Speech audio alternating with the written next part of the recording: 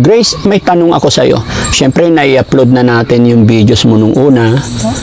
I'm sure, sa palagay mo kaya, napanood ng tatay mo? Siguro napanood na po niya siguro yun. At sana makita niya yun para man lang makita niya yung sitwasyon at makita niya yung side ko kung ano talaga. Pag naghihingi ako ng tulong, parang ako pa yung mali. Dahil sa ganito, nakapagtapos pero wala. Nanghihina rin po ako. Nanghihina po ako dahil sa mama ko. Natatakot po ako, baka bumalik po yung dati na 50-50 po siya. Natatakot po ako bumalik din, baka mawala na po siya ulit. Hindi ko po kaya. Hindi mo kayang... Mama yung mama ko. Kahit ganyan po siya.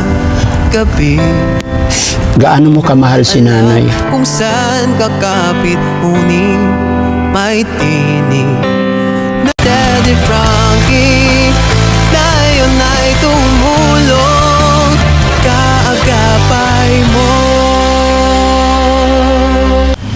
Ano po ba nangyari sa asawa niyo? Bakit nagsabi siya sa akin na, Nay, pwede ba ikwento mo sa akin yung buhay ninyo?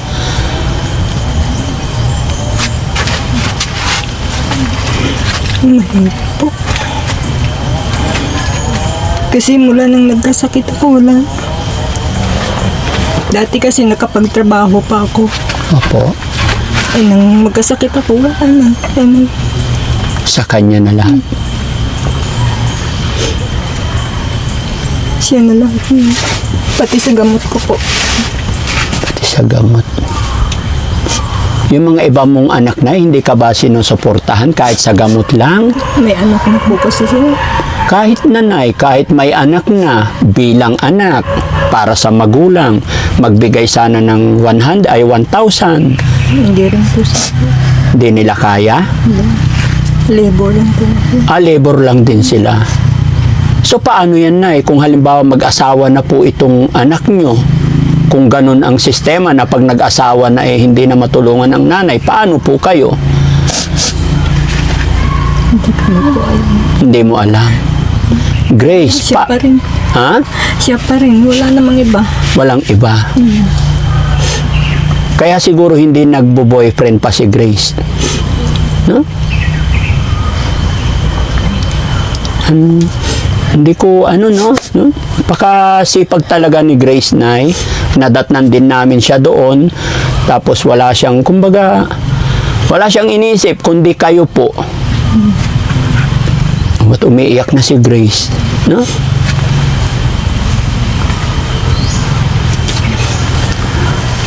Ng tatay itong kanyang mga anak. Hindi. Gusto ko kaya lang ayaw nila. Ha? Hindi rin sila bibigay. Gusto mo suportahan siya ng tatay niya. Pero ayaw na. Bakit kaya? May asawa na rin. May asawa na. Ba't kayo naghiwalay, Nay?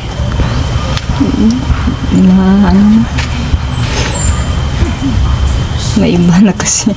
Kasi, Nay, nung nakausap ko tong anak mo, parang nagsiselos siya sa kanyang mga kapatid na kiso. Pag siya daw ang nanghingi, ayaw siyang bigyan. Pero pag yung iba niyang kapatid, nabibigyan naman. Yeah. Ano masasabi mo dun, Nay?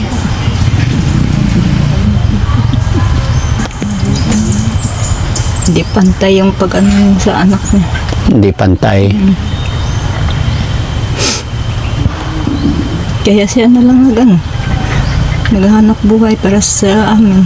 Tapos sabi niya pa sa akin, Nay, nagtatrabaho din siya sa gasoline station. Pag walang kopra, doon din siya nag-e-extra din. Pag walang kopras. So, ibig sabihin, sa gasoline station, anytime pumunta ka, pwede ka? May schedule naman po. Interval po kasi. Interval. Opo. So, kailan ka pupunta doon? Kahapon may duty po ako, ngayon wala po. Bukas naman po. Interval nga. So, palit-palitan kayo. Sa isang araw mo doon, magkano ang kita mo? 700. Malaki rin. Pero 16 hours. Yung 716 hours. Kaya mo yun? Kaya na. Walang tulugan yun, 16 hours, diretso. Galing 5 a.m. to 9 p.m. Kaya nga, walang tulugan. Wala. Diretso. Tapos ang pagkain, libre, hindi. Ano po ako, nagbabalon. Nagbabaon ka. Balon ang tawag, no? Balon. Okay. So si nanay, nandito lang. Apo. Nag-aasikaso sa mga pamangkin ko minsan. Pag wala akong pasok, ako naman.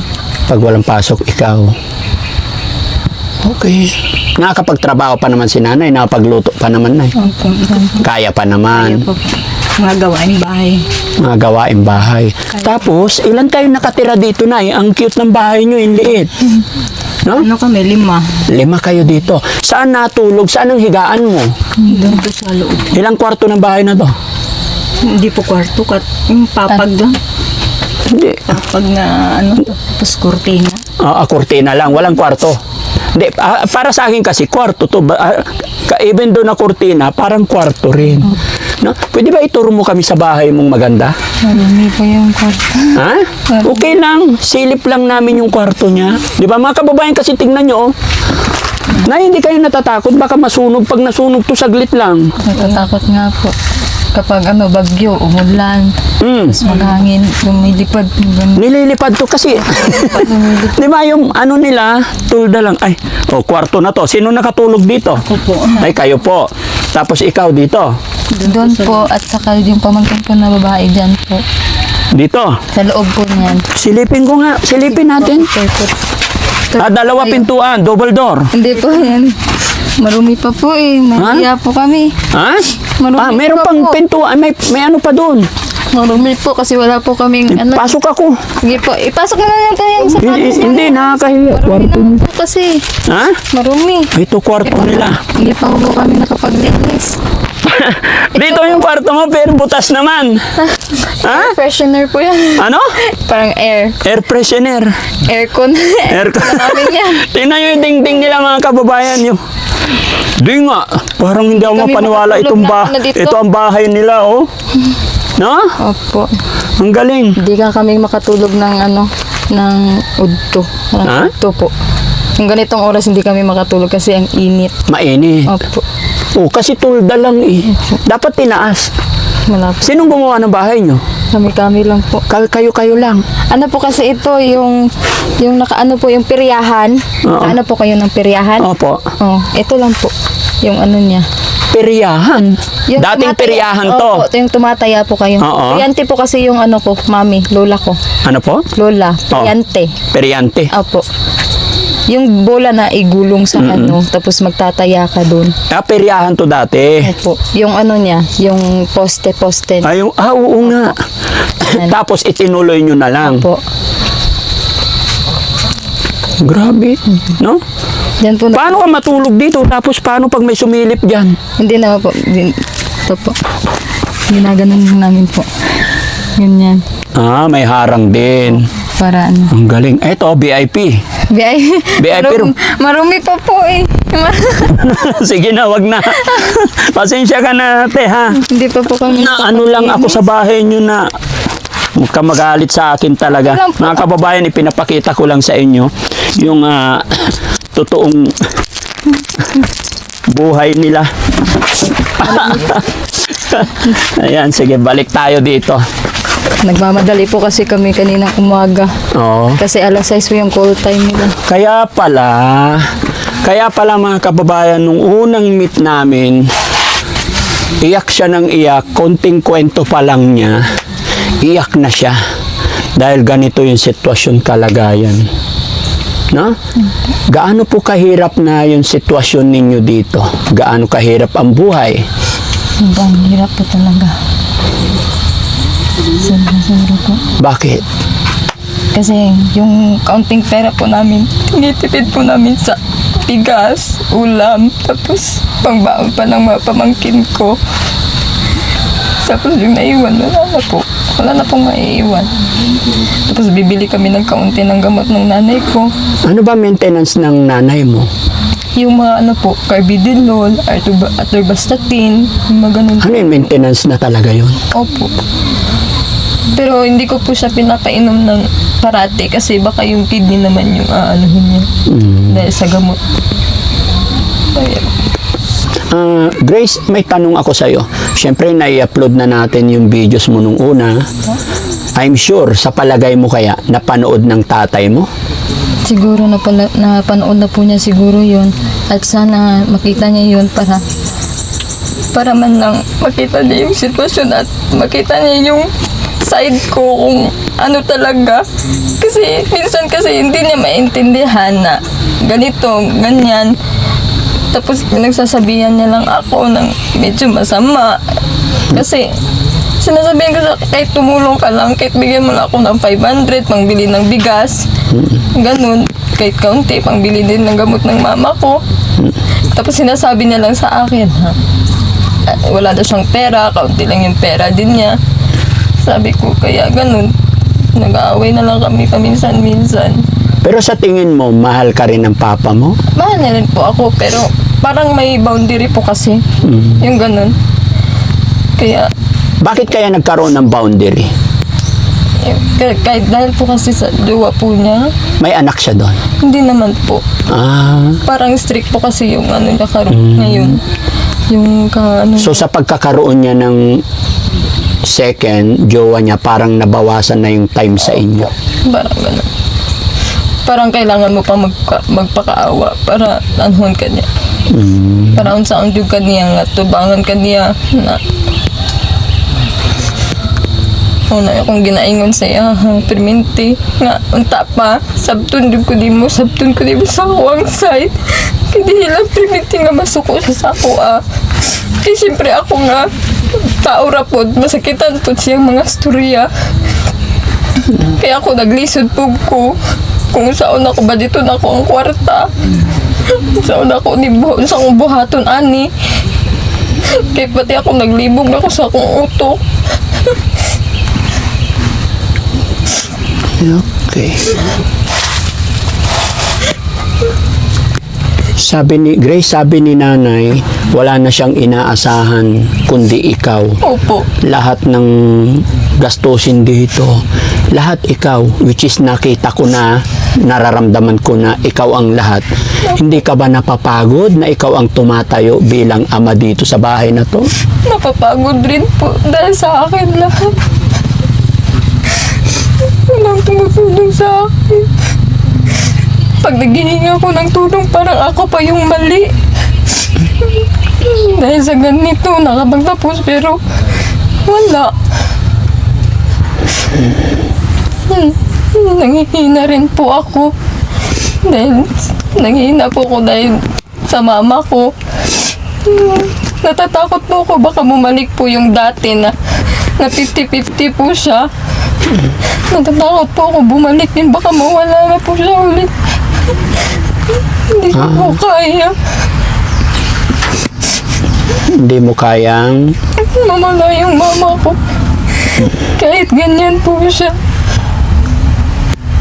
gaano mo kamahal si nanay? Sobra po. Hanggang kailan ka magtitiis magtatrabaho para sa iyong ina? Hanggang sa nabubuhay siya. Nay, ano pong masasabi mo sa iyong anak sa sinabi niya na napapagod po siya, nahihirapan siya, na-shoulder ang lahat? Ano pong masasabi mo po doon, Nay? Masasabi ko lang, maraming salamat. Tinaguyod niya ako. Kahit mahirap, kinaya niya lahat. Sana bigyan pa siya ng Panginoon ng malakas na pangangatagan. Okay. Na malabanan ang hamon ng buhay. Okay. At sana, Nay, no, tulungan din siya ng mga kapatid niya Sana nga po. para sa iyo po. Kahit hindi na sa kanya, dapat sana silang magkakapatid tulong-tulong para sa nanay, no? Dapat ganun kasi kung 5 kayo na magkakapatid tulong-tulong, gagaan kahit papano. Kasi kahit na anong gawin niya, kung siya lang tapos sa hirap ng buhay, talagang mapapagod po. Paano kung siya naman ang nagkasakit? Paano na ang buhay ni nanay?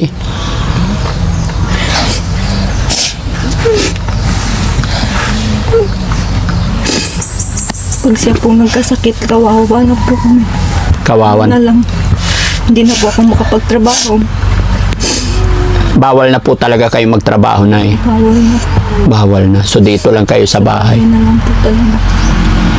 Minsan nga po gusto kong magtrabaho para lang kahit bumita kahit konti. Ayaw naman po niya. Dahil mahal niya kayo, ayaw niya nang mapagod kayo. Kasi pag napagod, nag-ano ang puso. Nagpapagpitik. So ibig mo sabihin, nakaraan, naggrabe yung nanay mo. 50-50 po talaga po. Bakit? Parang nasa freezer na po talaga. Bakit? Paano nangyari? Yung tumira pa po kasi kami sa Kidapawan City. Mm-mm. Gabi po noon. Tapos ano pa ako noon, nag-aaral pa po. Mm-mm. Alas 10 po ng gabi. Umatake po. Parang hindi na po siya makaginawa. Kaya tinakbo namin sa hospital. Tapos oxygen, kailangan po siya dalhin sa ibang hospital. Kaya naghihingi na lang po kami ng oxygen doon para ma-relieve yung ano niya, yung heart niya. Tapos tinakbo kami ng hospital, yung ibang hospital. Parang pag humiga siya, parang nalulunod po kasi siya. Kailangan po kasi ng yung para sa heart. Tapos pinasok na po siya sa emergency room. Doon na po yun. Pinataas na po yung oxygen, pero hindi pa po. Parang yung buong katawan niya, parang ice na po talaga. Parang nasa freezer na po talaga. Okay. Sige. Laban lang tayo, Grace, no? Wag na wag tayong mawawala ng pag-asa, Opo. no? At lagi kang magpe-pray. No? Habang may buhay, may pag-asa. Sabi ng na kung napapanood mo yung upload videos natin, sabi ng mga tao, what if mag-abroad ka daw? What if magtrabaho ka daw sa Manila? Hindi mo inisip na magtrabaho, lumayo para medyo malaki ang sweldo, tapos hindi yung... Kasi syempre maganda rin ang kita sa Kopras, mga kababayan, hindi sa pagmamaliit. Pero seasonal, 3 months lang. Tapos kung mag-apply din daw siya, mga kababayan, sa Kidapawan Mall, parang sa December lang. Hindi ka nag-try kasi syempre pag nag-apply ka sa Maynila, maraming tatanggap sa'yo. Kasi nakapag-aral ka naman. May tsura ka, maganda ka.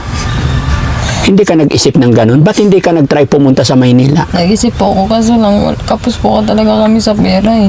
Wala kaming pangbili ng ticket, dahil gano'n. Ay, pamasahe, ganun. Po. Wala. Ikaw, Nay, halimbawa magtrabaho yung anak mo sa Maynila, okay lang po sa'yo. Parang masyado pong malayo kasi malayo po. Malayo. Ayaw mong lumayo yung anak mo. Kasi alam mo na pag sa Maynila, talagang ikaw ang susuko sa trabaho. Hanggat masipag ka, continuous talaga. Di ba? Malay nyo, o kaya mag-abroad siya. Punta siya ng Israel. Starting sa Hong Kong muna, yung kung saan yung mababa ang placement fee. Kaya lang talagang sacrifice po. Alam niyo po, ang pag-asinso, Grace, bigyan kita ng ang pag-asinso minsan is kailangan natin magsakripisyo. Hindi naman kasi pwedeng, syempre, dito sa probinsya, honestly po, gusto ko, masaya po dito. Masaya, pag may puhunan ka, okay. Pero pag walang pera talagang ganun lang. Diba? Nakikita mo rin. Siyempre, 25 years old ka na, tama? Opo. Kaya kailangan mo mag-isip, mag-sacrifice. Di mas masusuportahan mo ng gamot si nanay kung may regular kang trabaho. Si nanay kasi bata pa naman. Akin lang po yun, non? Idea lang. Sabi nga ng mga viewers natin, Daddy Frankie, tulungan mo si Grace. What if ipasok mo sa company mo? Sabi nila, sinasabi ko lang din, di ba? Pero yun nga po, kayo pa rin ang magde-decide. Ikaw pa rin kasi sarili mo yan. Sabi nga nila, ikaw gagawa ng kapalaran mo. Kasi kahit dasal tayo ng dasal, kung nandito lang din naman tayo, ganun kasi sinabi ko, sorry po kasi laking probinsya din po ako. Pero yung kasabihan talaga na nasa Diyos ang awa, nasa tao ang gawa. Kailangan natin mag-sacrifice para sa future kinabukasan. Parang yung iba nga gusto kong makabili ng magandang damit. Or gusto kong magkaroon ng magandang sapatos. Ako noon, gusto kong magkaroon ng sapatos. Anong gagawin ko? Nakiupa ako, nagpitas ng munggo. Tapos nung nakuha ko na yung party ko, ibenta ko, kulang pa. Pitas ulit ako. Nakiupa-upa ulit ako kung saan-saan. Hanggang sa ma-reach ko yung gusto ko. Ganon din sa'yo. Kung gusto mong magbago ang buhay, masuportahan ang gamot ng nanay, although ginagawa mo na, nakikita ko na, saludo ako for that. Pero syempre, dahil dito sa probinsya, at your age, 25, what if baka nandoon ang swerte mo sa abroad? Di ba? Kasi di hamak na pag nasa abroad tayo, 10 beses na mas malaki siguro yung kikitain mo kaysa dito. Na nandito ka, oo, kasama mo si nanay, pero sakto-sakto lang.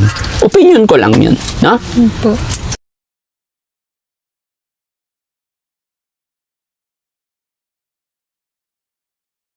Ano sasabihin mo kay nanay? Sabi mo 100%.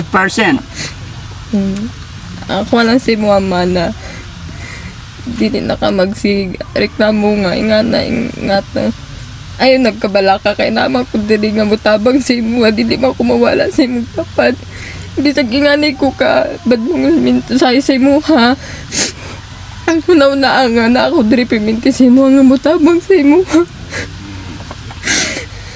samtang buhi pa ako tabangan ka ka bisag inganay lang akong trabaho. Ayaw ka bala ka kay dili ka mapasmo sa ako ah. Kitabangan ta ka.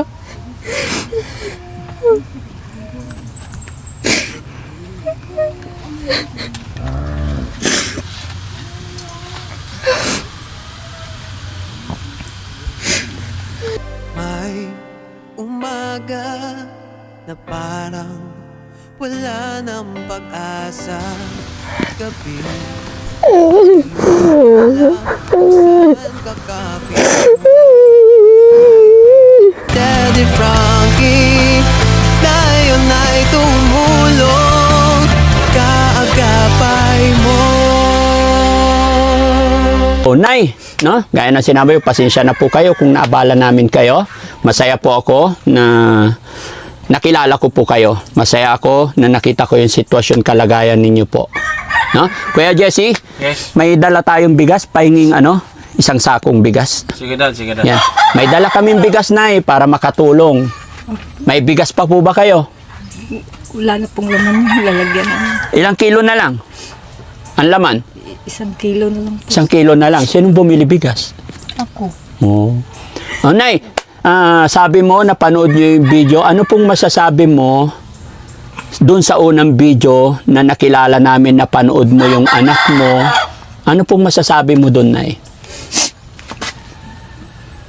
Maraming salamat po. Sa isa kami sa natulungan niyo po. Malaking tulong po sa amin. Malaking tulong. Sa hirap ng buhay. Basta maraming salamat po sa Team Daddy Frankie po. Opo. At napuntahan niyo po kami sa dami ng tulungan niyo. Buti, Nay, kilala niyo ang Daddy Frankie o hindi? Kilalang kilala po. Kilalang kilala niyo. Bakit? Idol po namin kayo. Ay, ganun. Salamat po. Bakit kilalang kilala niyo ang Daddy Frankie? Sa po yung sa mga tulong niyo po. Oh. Sabi ko po sa sarili ko, sana isa din kami sa matulungan. Hindi ko po expect na ito na po. Matulungan na din po kami. Nakaiyak naman si nanay. Maraming salamat po, Daddy Frankie. Walang anuman, Nay. Salamat lang tayo kay God. Nakaka-touch naman si nanay, no? Laban lang, Nay. Opo, love. Ingatan nyo rin tong anak ninyo. Napakaswerte nyo. May anak kayong napakabait. Po. Ha? Iyak nang iyak eh. Iyakin po ba talaga to anak nyo? Yakin po talaga. Iyakin siya. Hindi naman siya nagmamaldita pag kayo-kayo lang. Hindi naman. Hindi naman. Talagang mabait. No? Okay. Nay, paano mo ilarawan si Grace bilang anak? Matulungin lang po siya. Mabait. Mabait na anak. Okay. Kahit nag-aaral pa po yan, magreklamo sa baon. Malayo pong paaralan pero 100 lang po talaga yun. Isang araw. tinitipid niya pa po. Oo. Sadyang masipag, madiskarte talaga. Madiskarte. Oo. Parang ako rin nung nag-aaral na, talagang dumidiskarte ako paano ako magkaroon ng pera. Kaya may magandang future siya. Ipag-pray lang, tuloy-tuloy mo lang, Grace, no? Magsikap ka lang. Hindi araw-araw ganyan, no? Habang may buhay, may pag-asa. Opo. Okay? Oo. Napakainit dito sa loob, mga kababayan. Ha? Pasensya na po, wala po kaming kuryente. Wala rin kuryente. Pero may kuryente dito o naputulan. Solar lang po gamit namin. Solar lang, walang installation ng kuryente talaga. Talaga. Kaya mainit, no? Pasensya po sa bahay. Oy, Ligo na po kayo lang. sige, ayan. Sige, pasok. Ayan, Nay, may dala akong bigas. Maganda po yan na bigas. Ha? Masarap. Ayun. Thank you, Kuya Tax. Kuha ko. Maraming Kinuha mo. Maraming salamat po, Daddy Frankie. Oo. tulong na po yun sa Matanong ko lang, if you don't mind, wag mo sanang mamasamayin. 'Di ba binigyan kitang pera nung unang punta ko dito. Paano mo i-manage yun? Anong mga binili mo? Kaya po namin yung gamot. Gamot niya. Sige, Nay. Salamat po, no? Maraming salamat po. Pangilan kang anak, be? Bunso. Ang pagmahal ng mga bunso. Sa 100%, hanggang saan ang average pagmamahal mo sa iyong ina? 100. 100%. Wow. Kaya pala ganyan ka. Masungit lang minsan pag nasa mali na siya. Ano? Masungit lang minsan pag mali na siya. Pag mali na siya. Pag Masungit, may mali siya. masungit siya. Masungit po ako minsan. Masungit ka. Pinagsasabihan ko po ito minsan eh. Oo. Ganun ba talaga yung mga nanay pag natanda, medyo pasaway? Medyo. Ano sasabihin mo kay nanay? Sabi mo 100%. Ako lang si mama na dili na ka reklamo nga ingat na. Ayun, nagkabala ka kay naman kung dili nga mutabang sa imo, dili man kumawala sa imong papad. Bisag inganay ko ka, bad mong minto sa imo ha. Ang una nga na ako diri piminti sa imo nga mutabang sa imo ha. Samtang buhi pa ako, tabangan ka ka. Bisag inganay lang akong trabaho. Ayaw ka malaka kay dili ka mapasmo sa ako ha.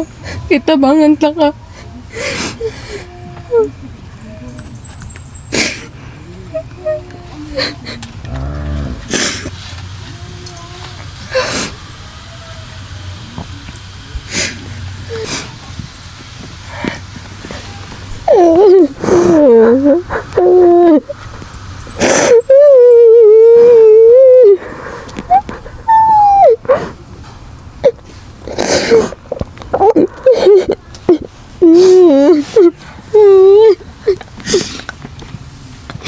laban lang.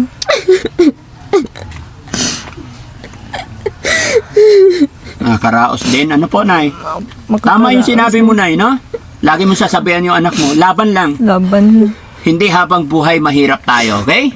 Laban lang po. No? Tulungan kayo ng Panginoon, gabayan kayo ng Panginoon. Mabuhay po tayong lahat, mga kababayan. God bless po.